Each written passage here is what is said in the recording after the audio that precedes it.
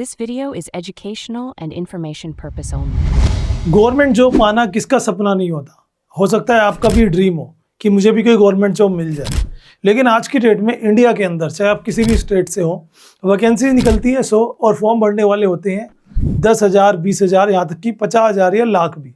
तो कभी भी कोई भी जॉब ऐसी नहीं है जिसमें 1% से ज़्यादा का पासिंग चांस मतलब प्रोबेबिलिटी हो, लेकिन हमेशा पॉइंट्स में आपको मिलेगी। उसका रीज़न है कि एलिजिबिलिटी बहुत ज़्यादा होती है, लेकिन कुछ ऐसी गवर्नमेंट जॉब्स हैं जहाँ पर स्पेशल ये एजुकेशन मांगी जाती है, ट्रेड मांगा जाता है। अगर आपने वो किया हुआ है तो ये आप फॉर्म भर सकते हैं। वैसे करने वाले स्टूडेंट्स कम होते हैं, जिससे कि आपकी जॉब पाने के चांसेस बढ़ जाते हैं, क्योंकि वहाँ पे number of candidate come apply करते हैं।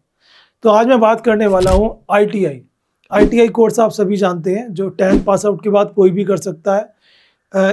12th के इक्विवेलेंट माना जाता है, टेक्निकल कोर्स है। गवर्नमेंट से करो आप या प्राइवेट से करो। ITI अगर आप इन टॉप 5 ट्रेड से करोगे जो गवर्नमेंट जॉब में बहुत ज़्यादा डिमांड में है, किस सेक्टर में है मैं वो भी आपको बताऊंगा, किस तरह की जॉब्स में। तो अगर आप ITI करने का सोच रहे हो या आपके घर में कोई है, छोटा भाई बहन, बड़ा भाई बहन, आपका बच्चा है, कोई भी जिसे आप ITI कराना चाहते हो, तो एक बार इन ट्रेड को जरूर देख लीजिए। मैं देखता हूँ मैक्सिमम स्टूडेंट्स जिन्हें मैंने पढ़ाया है, या कुछ स्टूडेंट जो मुझसे मिलते हैं कि मैं ITI कर रहा हूँ, यूजुअली वो केवल एडजस्टमेंट करते हैं किसी भी ट्रेड के साथ। वही देखते हैं मेरे घर के पास कौन सा ITI कॉलेज मुझे मिल रहा है, वहाँ पर उनका मनपसंद ट्रेड अगर नहीं भी है तब भी वो कर लेते हैं। ऐसा कभी नहीं करना है। अगर दूसरे शहर में भी मिले तब भी ट्रेड अपनी मनपसंद का लेना, क्योंकि वो डिमांड में होगा वही ट्रेड लेना, वरना वही सिविल विविल वो सब ट्रेड तो सब करते ही हैं, और उनके पास जॉब वगैरह भी आज बहुत कम रह पाती है। आइए जानते हैं, एक एक ट्रेड को ध्यान से देखना। अगर आपकी कोई क्वेरीज हो तो कमेंट करके बताना। स्टार्ट करता हूँ वीडियो। सबसे पहले ट्रेड की बात कर लेते हैं कोपा, जिसे हम computer operator and programming assistant बोलते हैं। आप सभी को बताने की मुझे ज़रूरत नहीं है कि कंप्यूटर ऑपरेटर की रिक्वायरमेंट्स किस डिपार्टमेंट में है और किस में नहीं है। आज कोई भी डिपार्टमेंट ले लो, चाहे हमारा पब्लिक सेक्टर अंडरटेकिंग कंपनीज है, रेलवे डिपार्टमेंट है, मंत्रालय है, मिनिस्ट्रीज हैं, और उसके अलावा हमारी फोर्सेज हैं, या फिर other divisions like government hospital something, वहाँ पर बहुत ज़्यादा इम्पोर्टेंट होता है। और इसमें सीखने की अगर बात करें तो कोपा में आपको बेसिक कंप्यूटर के साथ साथ, जैसे आप बेसिक कंप्यूटर सीखते हैं ना, उसके साथ साथ आपको प्रोग्रामिंग सिखा दी जाती है। प्रोग्रामिंग में आपका जावा हो गया, ठीक है, और उसके अलावा C++ हो गया, उसके अलावा पाइथन हो गया। ऐसी बहुत सारी लैंग्वेजेस सिखाई जाती हैं, प्लस इंटरनेट, ये सब चीज़ें तो आपको सिखा दी जाती हैं। उसके बाद जो ITI की आपके पास सर्टिफिकेट होता है, उसकी एक वैल्यू अलग ही होती है। तो बहुत सारे गवर्नमेंट डिपार्टमेंट में वैकेंसीज आती है, कुछ स्टेट गवर्नमेंट, कुछ सेंट्रल गवर्नमेंट। तो अगर आप ट्रेड चुनने जा रहे हो तो आप अगर कंप्यूटर में इंटरेस्ट रखते हो, आपको लगता है कि हाँ कंप्यूटर मुझे पसंद है, क्योंकि इसमें जो आपको जॉब मिलेगी वो सिटिंग जॉब होगी, ठीक है, बढ़िया AC वाले रूम में आप बैठ के काम कर रहे हो, दैट्स इट। और खासकर टेलीफोन एक्सचेंज हो गया गवर्नमेंट ऑफ इंडिया के BSNL, या उसके अलावा जो हमारा इलेक्ट्रिसिटी डिपार्टमेंट हो गया, या कोई भी गवर्नमेंट डिपार्टमेंट, वहाँ पर कंप्यूटर ऑपरेटर की नीड हमेशा से ही रहती है। तो वैकेंसीज भी बहुत आती हैं इसमें। The second one is electrician. Electrician में ऐसे कोई डिपार्टमेंट दिखा दो जहाँ पे भाई इलेक्ट्रिक तो हमारे घर में भी है, हर डिपार्टमेंट में ज़रूरत होती है, लेकिन खासकर इसकी जो जॉब्स आती हैं, एक तो आपका इलेक्ट्रिसिटी बोर्ड जो होते हैं ना, वहाँ पर वैकेंसीज बहुत आती है। हर एक स्टेट में एक इलेक्ट्रिसिटी बोर्ड होता है। रेलवे में भर के वैकेंसीज आती है। रेलवे जो मोस्ट ऑफ रेल्स हैं वो इलेक्ट्रिक होती है, और उसके अलावा ज़रूरी हो गया ये। और तीसरे नंबर पे आपका डिफेंस में भी बहुत ज़्यादा रोल है। जैसे DRDO की वैकेंसीज आती हैं, उनमें भी आप अप्लाई कर सकते हो।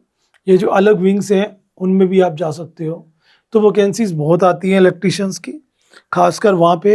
इलेक्ट्रिसिटी बोर्ड में मुझे लगता है बहुत सारे स्टूडेंट का सपना होता है। अच्छा, कुछ बच्चे ना कॉम्प्रोमाइज़ कर लेते हैं, इलेक्ट्रीशियन नहीं मिला इलेक्ट्रॉनिक्स ले लेंगे। भाई इलेक्ट्रॉनिक्स में TV, फ्रिज, AC ये सब ठीक करने का काम होता है ना, इक्विपमेंट्स वगैरह।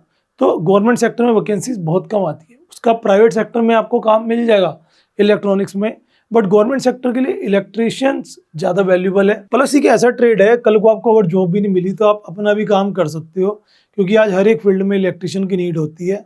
मैंने देखा है, मैं जिस सिटी में रहता हूँ यहाँ पर एक पंखा लगाने के 200 रुपये ले जाते हैं। सोचिए दोस्तों, विजिट चार्ज अलग से है। तो ये सब चीजें हैं, तो इससे आप समझ जाओ। थर्ड बात करें मशीनिस्ट, जैसे आप मशीन मैन भी कह सकते हो। रेलवे में भारी भरकम मशीन्स होती हैं, उनको ऑपरेट करने के लिए चाहिए होता है। उसके अलावा बात करें डिफेंस में अनलिमिटेड होती हैं। दूसरा गवर्नमेंट की PSU कंपनीज होती हैं। PSU कंपनी में जैसे मेरे फादर जो थे, ही वाज इन BHEL, जी हाँ, भारत हैवी इलेक्ट्रिकल लिमिटेड। ये गवर्नमेंट ऑफ इंडिया की कंपनीज है।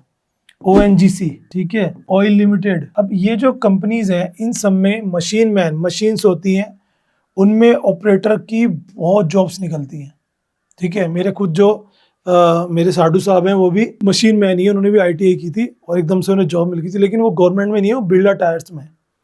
सोचिए कितनी अपॉर्चुनिटी है। मशीन्स सभी डिपार्टमेंट्स में होती है, खासकर कंपनीज में, जो गवर्नमेंट कंपनीज होंगी, खासकर रेलवेज में, खासकर हमारी डिफेंस में भारी भरकम मशीन्स होती हैं अलग अलग, और भी डिपार्टमेंट्स होते हैं स्टेट के। तो वो जो मशीन्स होती हैं, हाँ, मंत्रालय वगैरह में इनकी नीड नहीं होती, बट कंपनीज में रहती है, तो वहाँ पे आपके पास चांसेस अच्छे रहते हैं। प्लस गवर्नमेंट जॉब नहीं भी मिली तो प्राइवेट सेक्टर में किसी भी कंपनी में आप जाओगे तो वहाँ पे सैलरी अच्छी होती है, क्योंकि आप एक नॉलेज रखते हैं मशीन चलाने। नेक्स्ट आता है फीटर। अब फीटर का काम क्या होता है, पहले ये समझो, कुछ बच्चों को ये भी नहीं पता है। फीटर का काम होता है किसी भी मशीन को असेंबल करना, खोलना, रिपेयर करना। जैसे फीटर मतलब फिट करना, समझे, इससे समझ जाओ। जैसे कोई नई मशीन बनी है तो उसके पेच वगैरह कहाँ रहेंगे, क्या होगा, किस तरह से उसको खोल सकते हैं, क्या चीज़ रह सकती हैं, these all are the things about it जो आप यहाँ पे सीखते हैं।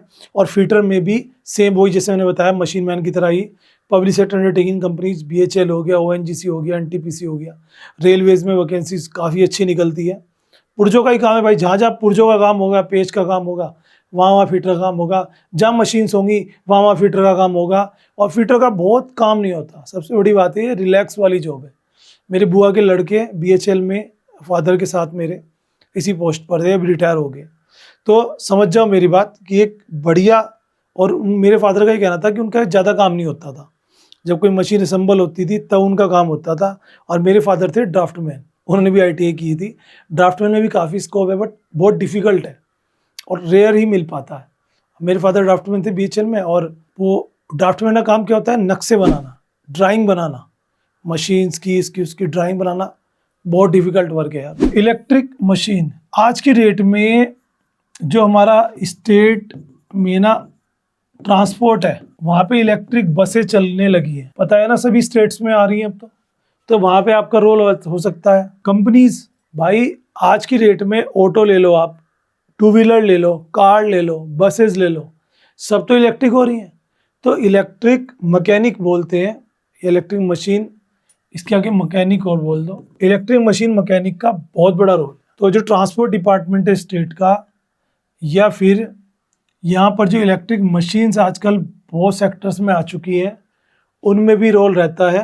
रेलवे में भी इसकी वैकेंसीज देखने को मिल जाती है, बट लोग इसके बारे में बात ही नहीं करते। वो सिविल के पीछे, ड्राफ्टमैन के पीछे, है ना, इलेक्ट्रॉनिक्स के पीछे, इन सब ट्रेड में भाई, IT के पीछे। भाई कंपनी BTech वालों को ज़्यादा प्रेफर करती है। आप IT से करोगे तो कम चांसेस है। अब आपने गवर्नमेंट वैकेंसी निकली IT की, आपने अप्लाई कर दिया, BTech वाले कितने अप्लाई करते हैं, उनको पहले लेंगे, उनकी नॉलेज ज़्यादा होती है। वो 4-5 साल का कोर्स करके आ रहे हो, आप 2 साल का कोर्स कर रहे हो। तो ट्राई टू अंडरस्टैंड कि क्या चीज़ की रिक्वायरमेंट्स हैं एंड क्या आपको करना चाहिए।